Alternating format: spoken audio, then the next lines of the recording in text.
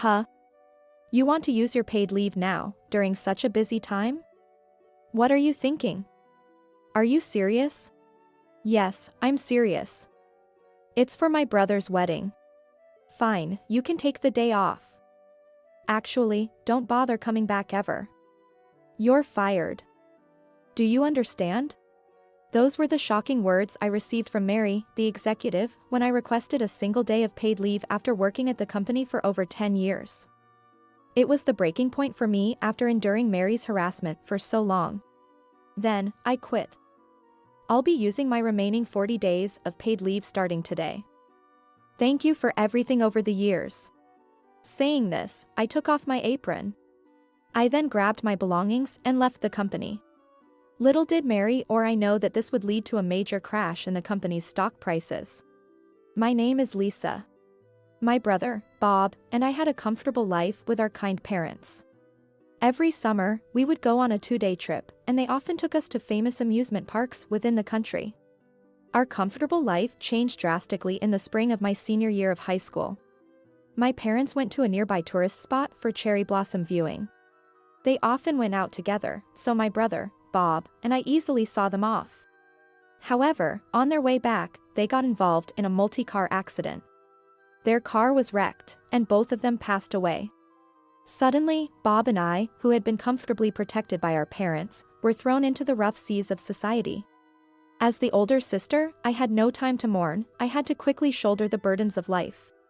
Bob was still in middle school. I had to be strong for both of us. Holding back my tears, I began to take care of all the household chores for the two of us. Fortunately, we had some savings and insurance money left by our parents, so we weren't immediately troubled by living expenses. However, Bob, unlike me, was a bright student who excelled in his studies. I wanted to give him the opportunity to go to college.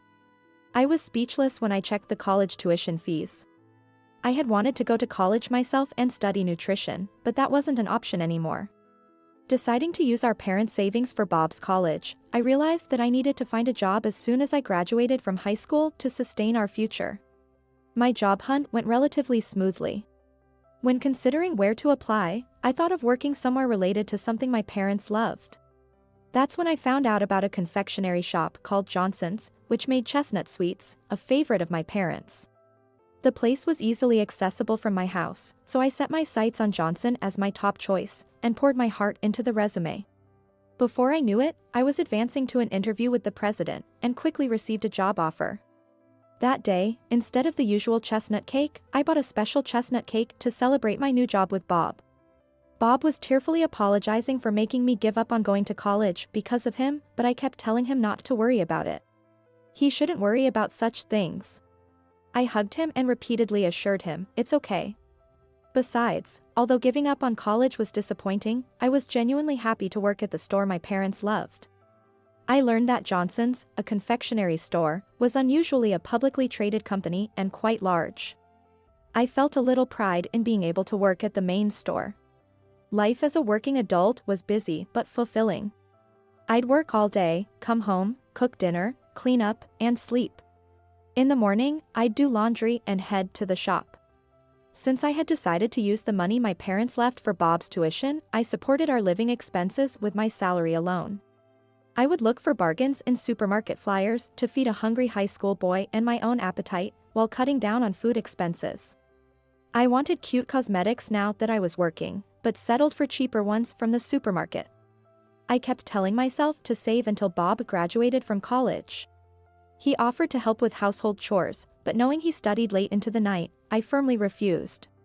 When I told him, we can't afford a gap year, so you need to study hard now to make up for it, he understood and began to study even harder every day. His hard work paid off, and he got into a national university. We cried and celebrated together when he got into his first choice university. Once in college, Bob started part-time work, bringing a bit of ease to our lives. When he bought me a dress with his first paycheck, I was so moved that I cried on the train home. Bob's college years flew by quickly. He secured a job as an executive assistant at a company under Smith Holdings, a major corporation, and decided to move out after graduating. It felt like a hole was left in my heart when Bob, whom I raised like a parent, moved out, especially in the early spring chill. However, I was relieved that I could support him through college, despite our parents' absence. At the confectionery shop, where I have worked non-stop for 8 years, I have had many juniors and have become accustomed to the job. Now, there is almost nothing I don't know about the shop, and I have become good friends with the craftsmen and have become someone they can rely on. Yet, being family-owned, the company retained some old-fashioned, harsh work practices. I had to do chores like weeding for the president's family and run personal errands for Mary, the president's wife. Mary was quite a handful, always wanting to be the center of attention. I tried to stay under her radar with big round glasses and a simple hairstyle, but still often faced her harassment. Still, I never thought of quitting. I wasn't sure if I, a high school graduate, could find another job easily, and I needed to support Bob. Plus, my pride in working with the chestnut cakes my parents loved kept me from considering leaving. Years after Bob started working, I received a call from him, sounding embarrassed. By all accounts, the proposal was a success. His fiancée is called Maria. She is the daughter of the president of the Smith Group where he works. Bob, working as an executive assistant, had become close with the president's family and quickly formed a bond with Maria. With the blessing of the president and CEO, he had proposed to Maria, and they were now set to marry. "Sis, don't cry.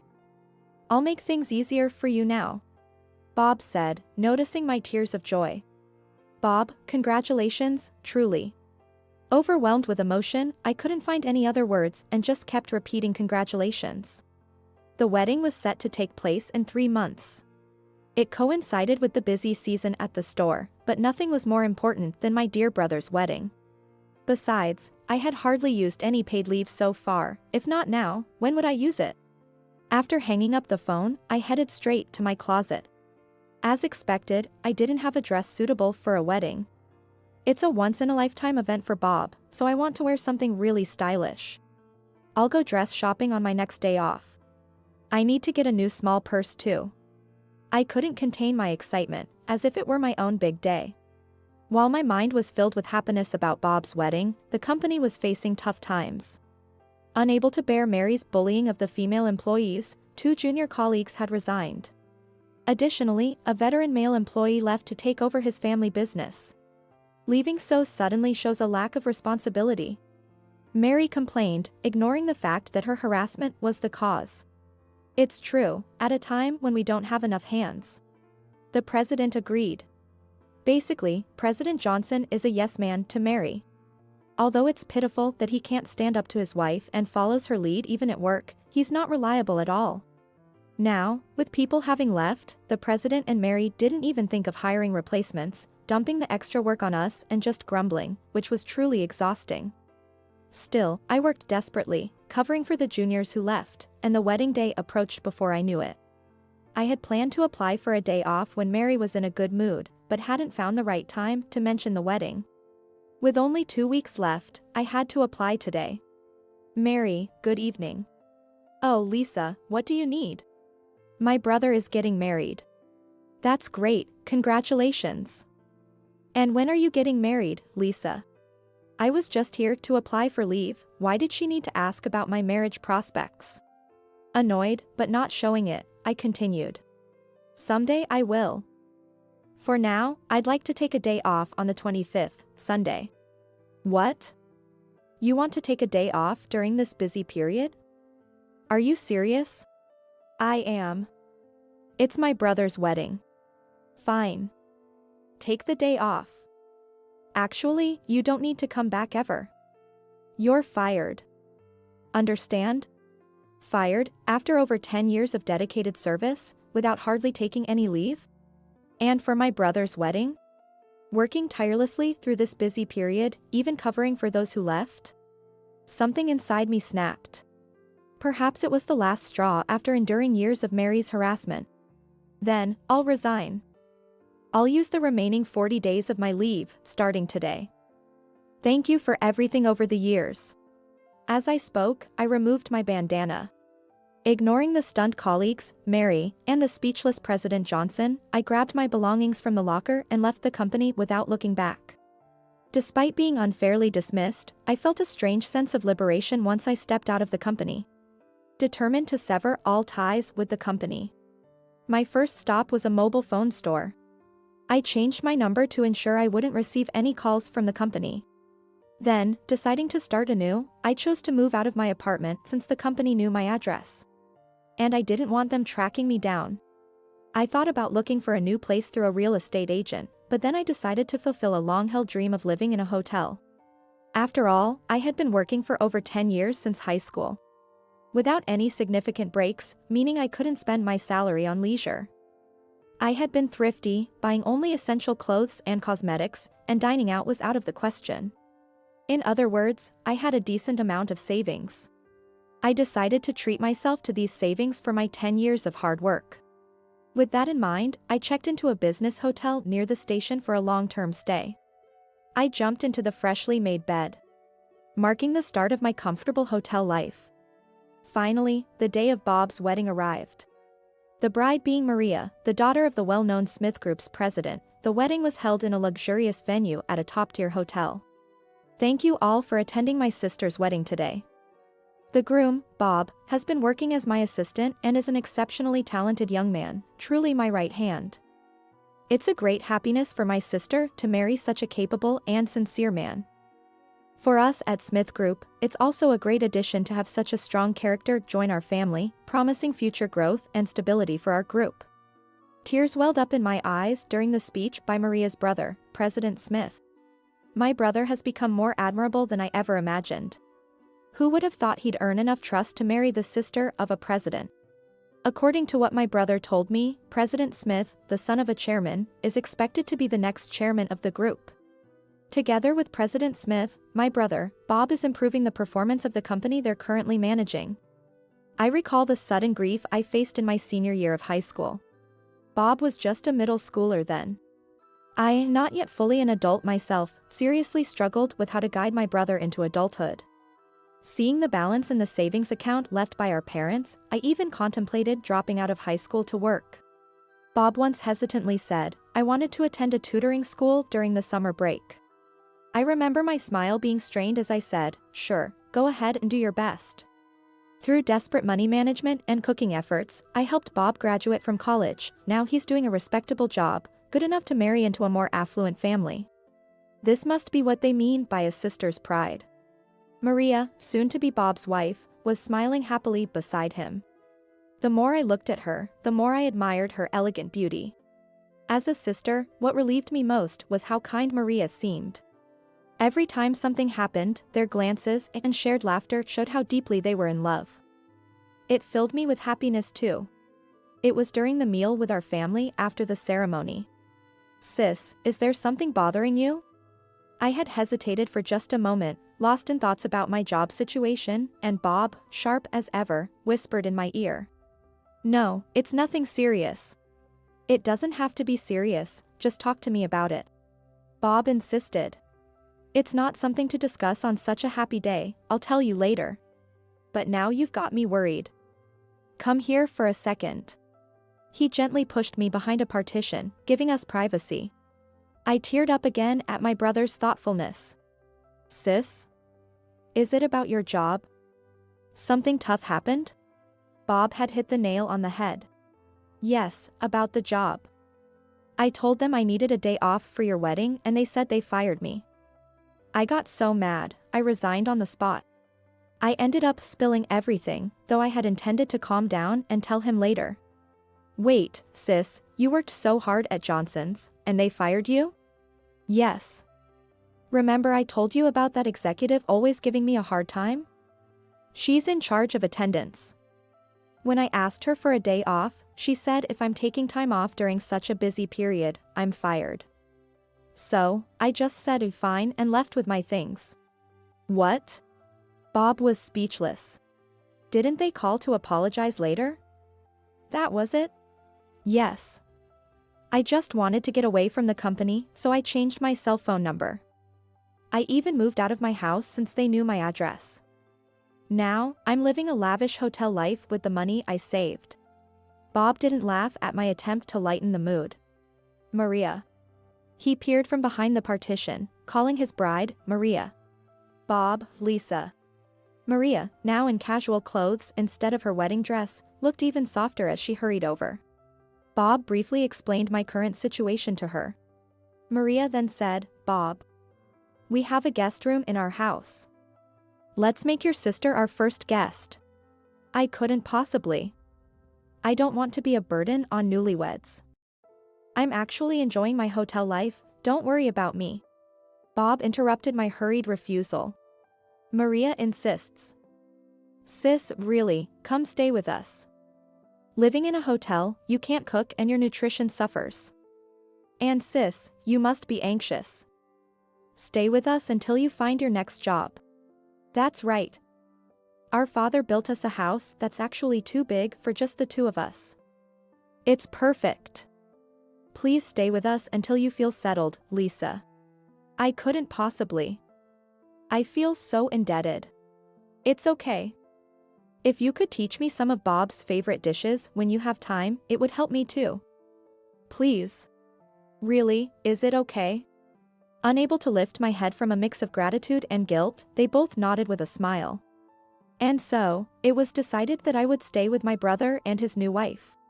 About a week after I started staying at Bob's, a man came to visit, escorted by Bob. He was John, the son of the president of Johnson's, where I used to work. I knew him by sight, but as he worked for a different company, we had hardly spoken. Why are you here with Bob? I wondered. Bob grinned, actually, he's a friend from college. Regarding the many years you worked at Johnson's, my parents did something terrible. I can't apologize enough. John sincerely apologized. No, John, you don't need to apologize. Well, I've been thinking of returning to the family business. I found out that your paid leave hasn't been compensated yet, so I'll make sure it's paid this week. Also, there's something confidential, but... John, not now. That's confidential to my sister too. Bob playfully stopped John. Although I couldn't find out the details, their demeanor made me think nothing bad would happen, so I decided to wait and see. A few days later, I saw on the news that Johnson's stock had plummeted. Had those two done something? Maria appeared with a smile. Lisa, I actually loved Johnson's chestnut cakes and held a lot of their stocks. But, after what they did to you, Bob and I discussed it and sold them all. My father also held shares, and he was furious when he heard about their treatment of you.